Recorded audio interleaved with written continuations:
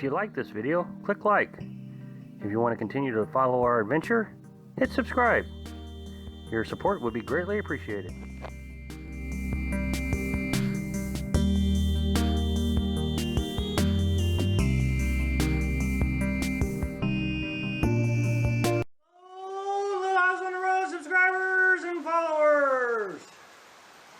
Well, I keep repeatedly getting a request to show you how we set up our camper, our pop-up camper. And I have put this one off and put it off, and it's not so much I'm putting it off. I guess I have been worried about who would actually be interested in watching that video. You know, making these videos take a lot of time and effort, and I didn't want to waste time and effort and get 2 views. But a lot of people do ask, and a lot of them are subscribers. So it's not just, you know, somebody coming in and being a troll and just, you know, well, how do you set up a pop-up? I think there's a genuine interest. So I decided that it doesn't matter how much effort it takes to make this video. There are people who I care about, my subscribers and the followers, that are asking a question, and I want to make sure that I answer their question, because I've made a vow to do my very best to answer questions that you are asking. So anyway, here is the video of us making or popping up our pop-up camper. Recognize it's very old, so very manual labor type of job. I know some of the newer ones now have, you know, electric motors and different things. I mean, I don't even know what they have. So your series of pop-up, I'm sure, will be different than ours, but question was asked, so I'm going to go ahead and make the video. Alright, so thanks for watching. Be sure to subscribe! Buttons all over the place. And happy travels. Okay, so the first thing you got to do when you're setting up your trailer is you got to level side to side, meaning you got to level from one tire to the other tire. And the way you do that is you consistently start raising one side of the camper by putting blocks underneath the tire. Now they have leveling blocks that you can buy, and so you just keep raising that one side. And this campground is actually amazingly level. See, it's right inside the bubble. Now my my sink leans that way, so I always like to have it a little bit off level anyway, so the water will run down the sink. Now the next step is to level front to back, and the way I do that is I nose down the front end. Okay, so it's unlevel, meaning the front end is now lower than the back end. And then I use my leveling stands here. I lower those to the ground, and then I bring the front end up. Now that puts a little bit of weight on the back end stands. It also takes a little bit of the weight off the tires. This will reduce the amount of bounciness in the camper as you walk around. What I'm going to do now is I'm going to come back to my level, and I'm going to go this way. So now you can see that it's off level just a little bit. And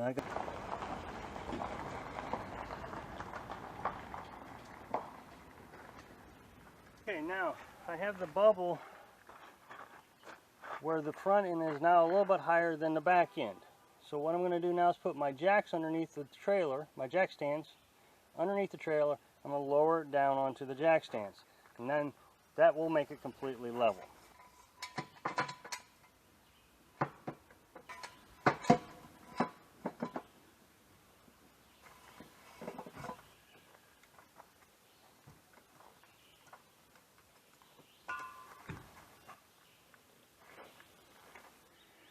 So now the bubble is in between the two lines. Again, the nose is a little bit higher than the back end. Again, this allows my sink to drain a little better. So if I just put that front bubble right on the edge of the line, I have a perfect drainage. Next, I have to raise the canopy. So I have 4 latches that I have to unlatch. 2 of them are already unlatched. So I unlatched the latches. I'm going to go ahead and confirm that the latches. Yep. Okay, so I have an old 1970 pop-up camper. I've told everybody that 1,000 times, I bet. So I have to hand crank ours up. I actually prefer doing this. That way if I feel something snag, I can stop. Whereas if you had an electric one, you wouldn't know until after it broke. So there's a lock here.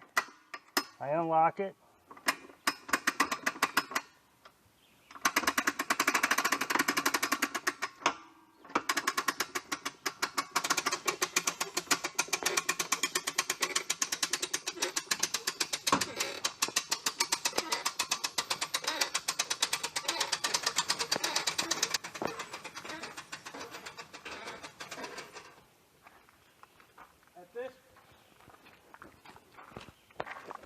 At this point, I take a look around just to see if there is how tight my canvas is. I have about another, believe it or not, maybe 3/4 of a turn left, and that will be nice and tight. Okay, so I was right. It was about 3/4 of a turn, and that's about as tight as you want it. Okay, so the next step is to put the, pull the bunk ends out and put the canvas out.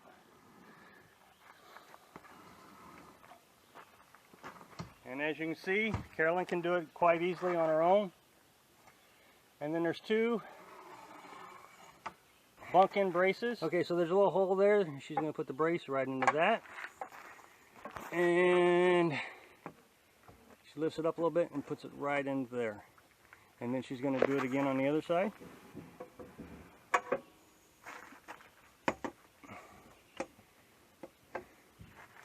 Okay. Next, she's going to put the canvas around the bunk end.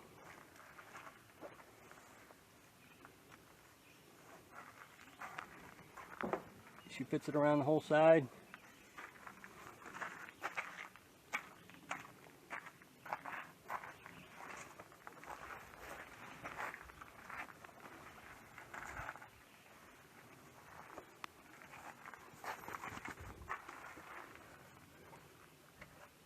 Okay, now there's a bungee that she is going to put. Okay, so here's a bungee that she's going to wrap around these pulleys. Now, a lot of people do this different ways. I like this way because it really makes it nice and tight.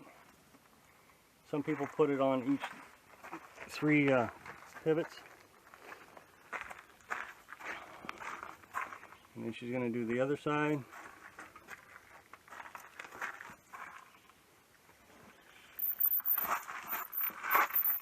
And then she's going to bring that all the way up to the center pivot. Makes it really nice and tight.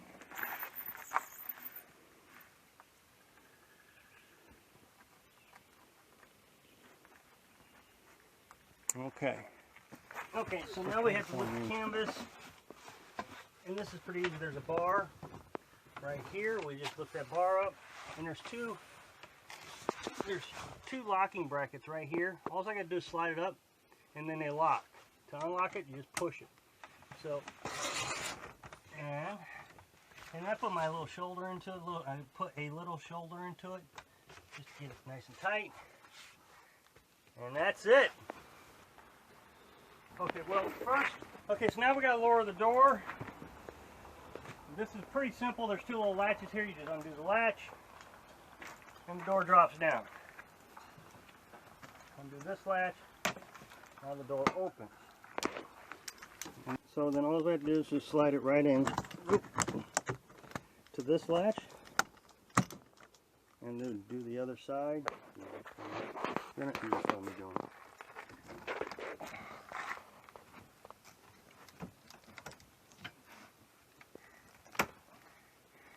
And then finally, you latch the top door to the bottom door, and there you go.